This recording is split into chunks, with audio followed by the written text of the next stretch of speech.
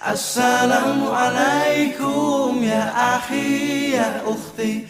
Assalamualaikum. Dajjal ini, kata Rasulullah, akan muncul dengan tanda-tanda alam yang tidak bisa ditutup-tutupi. Dia akan muncul dengan tanda-tanda alam yang tidak bisa disembunyikan, nggak bisa juga dikalang-karang. Di dalam hadis Sahih Muslim, Tamim Ad-Dari bercerita pertemuannya dengan seorang lelaki bertubuh gompal, terikat dengan rantai yang besar kakinya, dan rantai itu menghubungi kedua tangannya, terikat di dua tangannya, dan juga rantai itu menghubungi lehernya, terikat lehernya, tergeletak di lantai di sebuah pulau di Laut Yaman, dalam salah satu kuil tua. Tamim Ad-Dari dengan 20 awak kapalnya bertanya, celakalah engkau, siapa engkau? Kata lelaki yang terikat itu, kalian tidak usah takut kepada saya terikat dan saya tidak akan bisa menyakiti kalian. Apakah kalian datang dari Arab? Tamim Ad-Dari menjawab, benar, kami dari Arab. Sudah lama saya menanti-nanti orang Arab masuk ke pulau ini. Saya mau mendengarkan perkembangan dunia terkini seperti apa. Dia bertanya, apakah sudah muncul seorang lelaki di Arab? Dia adalah orang ummi, ngaku-ngaku sebagai nabi, namanya Ahmad. Udah keluar belum? Maka dijawab oleh Tamim Ad-Dari, sudah. Oh, sebentar lagi. Kalau begitu sebentar lagi. Kalian beriman gak dengannya? Ada yang beriman kepadanya, ada yang tidak beriman. Beruntunglah yang mau beriman kepadanya, kata laki-laki ini. Lalu dia bertanya, dijawab. Pertanyaan berikut ini yang penting, Pak. Dia bertanya tentang buah kurma di kebun kurma Baisan. Tamim Ad-Dari mengatakan, apanya yang ingin kamu tanyakan? Laki-laki yang terikat itu berkata, sekarang masih berbuah enggak? Sekarang buahnya banyak, lebat. Tidak lama lagi buahnya akan berakhir. Itu adalah tanda-tanda saya akan lepas. Lalu dia bertanya lagi tentang Danau Tiberias. Danau Tiberias, apanya yang ingin kau tanyakan? Kata Tamim Ad-Dari, apakah masih ada airnya sekarang?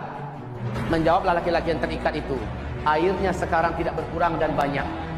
Laki-laki itu yang terikat ini berkata, tidak lama lagi danau ini akan mengering, tinggal tersisa sedikit. Saat itu saya lepas dan saya bebas. Ketahuilah oleh kalian, saya adalah Al-Masih, kata laki-laki yang terikat itu. Saya adalah Al-Masih. Dia tidak mau menyebutkan namanya lengkap, Al-Masih Dajjal. Dia hanya mengatakan, saya adalah Al-Masih. Ketika saya lepas, saya bebas, saya akan masuki seluruh kota-kota di muka bumi ini. Hanya 2 kota yang saya tidak berhasil masuk, yaitu Mekah dan Tibah, kata beliau. Ketika Tamim menceritakan ini kepada Nabi Muhammad dan dia menyatakan Islamnya, Nabi berkata kepada seluruh kaum muslimin yang ada di Madinah, ketahuilah oleh kalian, lelaki yang ada di pulau Laut Yaman itu, dia adalah Dajjal. Dialah Dajjal.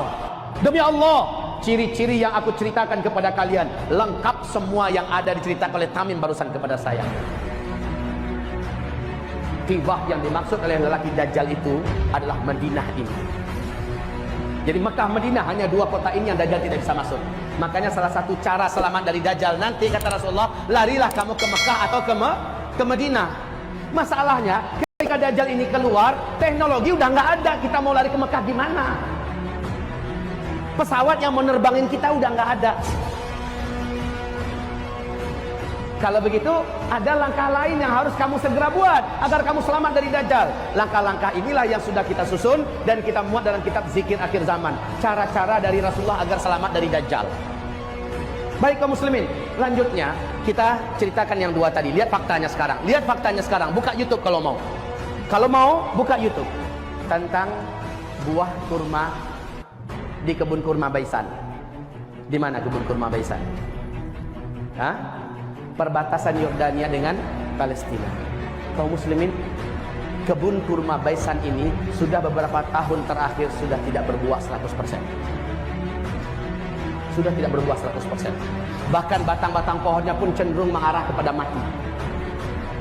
Awas, hadis tadi mengatakan tak lama lagi buahnya akan berakhir. Adalah pertanda saya akan lepas. 1. Yang kedua, dia bertanya tentang Danau Tiberias. Masih berair enggak? Kami menjawab sekarangnya airnya banyak, enggak berkurang. Sebentar lagi airnya akan susut. Ketika benar-benar akan habis, berarti saya sudah lepas. Untuk Bapak Ibu ketahui, di sini nanti buka halaman 800. Hadis Nabi mengatakan bahwa sesungguhnya tanda di antara Dajjal itu akan keluar adalah Danau Tiberias akan menyusut. Faktanya, Danau Tiberias ini sekarang tuh di Israel, Pak. Sekarang letaknya di Israel, perbatasan dekat perbatasan dengan Lebanon. Danau Tiberias ini kaum muslimin, ini permukaan danau, ini dasarnya. Ya. Danau ini tidaklah dalam, hanya 45 meter saja. Hanya 45 meter saja, nggak dalam. Sejak bumi terkembang, danau ini belum pernah susut Pak airnya. Tapi tahukah Bapak Ibu, perkembangan terakhir sejak hitungan 2003 sampai 2013, 10 tahun terakhir, pemerintah Israel telah panik sejadi-jadinya panik. Sehingga diumumkan di televisi resmi mereka tentang kondisi Danau Tiberias. 10 tahun terakhir, Danau Tiberias yang kedalamannya hanya 45 meter telah menyusut 16 meter. 16 meter ini bukan sedikit, jumlah yang signifikan. Ya, jadi dari permukaan sudah susut seperti ini, 16 meter, lebih 30% loh Pak. Akhir 2013, dicek kondisi Danau Tiberias sekarang, bagian yang menonjol dari dasar danau sudah kelihatan seperti pulau-pulau kecil. Berarti semakin menyusut. Menjerit pemerintah Israel hari ini, ketakutan yang tidak bisa disembunyikan Pak. Sebab apa? Sebab Danau Tiberias ini sumber air satu-satunya bangsa Yahudi di Israel. Mereka tidak punya mata air yang lain. Mereka tidak punya sungai. Hanya ini sumber mereka satu-satunya. Dan ini terus menyusut, terus menyusut, terus menyusut. Kalau Bapak Ibu nggak percaya, buka YouTube. La haula wala quwata illa billah. Informasi ini akurat. Ini nggak bisa ditutup-tutupi, nggak bisa dibuat-buat. Inilah yang menjadikan para ulama di Timur Tengah berkata, "Hadza zamanu khurujid dajjal."